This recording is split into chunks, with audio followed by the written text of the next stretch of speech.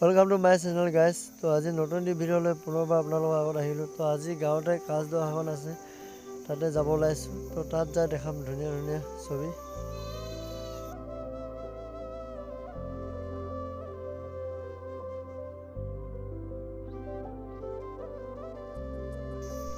এতিয়া অলপ অপেক্ষা কৰি লৈছোঁ। তো এইখন হৈছে আমাৰ সোণোৱালী বিহুৱা।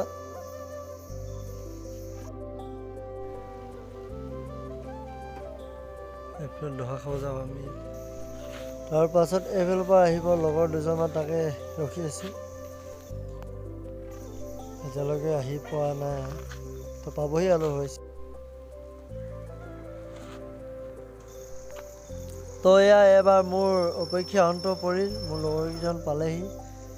তো এয়া গৈ থৈ আমি দহাগড় পালোঁগৈ, যিহেতু দেৰিও হোৱা নাই সৰু হোৱা নাই, মানে মানুহ আহি আছিল। তেতিয়া পালোঁ। এয়া আমাৰ ভকত বৈষ্ণৱসকল নামত লুপ্ত হৈ থকাৰ সময়ত, যিহেতু এয়া হৈছে আমাৰ গাঁৱৰ পৰিৱেশ।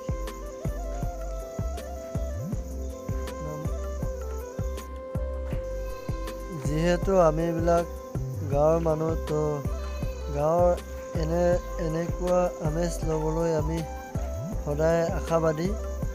তো এনেকুৱা পৰিৱেশ দেখিব পালে খুবেই ভাল লাগে। ভকতজনৰ মাজত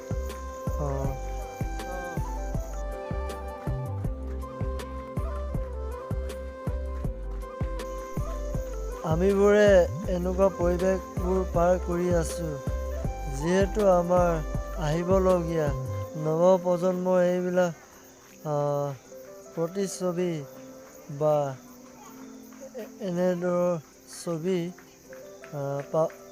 পাবলৈ চাগে সক্ষম নহ'ব, যিহেতু এনেকুৱা পৰিৱেশ নোহোৱা হৈছে গাঁওবিলাকত। তো এয়া হৈছে আমাৰ এইবাৰ ভাত খোৱা জেগা। তো এইবিলাক আমাৰ ৰান্ধনীবিলাকে কষ্ট কৰি নিজৰ দায়িত্বসমূহ সুন্দৰকৈ পালন কৰি আছে। তো এয়া ভাত হৈ গ'ল ৰেডি, ভাত মাছ চব ৰেডি হৈ গ'ল। তো এইফালে খাবলৈ বহিছে আৰু এজন দুজন কৰি। তো এইফালে আমাৰ মানুহবিলাক বহি আছে। এইখিনি হৈছে মোৰ, মানে আমি আজি য'ত দহা খাব গৈছিলোঁ, তাত মোৰ চেয়াৰ আৰু ডাইনিং টেবুল দিছিলে ভাড়ালৈ। তো তাৰে ছবি। আৰু আজিলৈ মোৰ ভিডিঅ'টো ইমানতে সামৰণি মাৰিছোঁ। যদিহে ভাল লাগিছে ভিডিঅ'টো চাই লাইক, কমেণ্ট, চেনেল ছাবস্ক্ৰাইব কৰি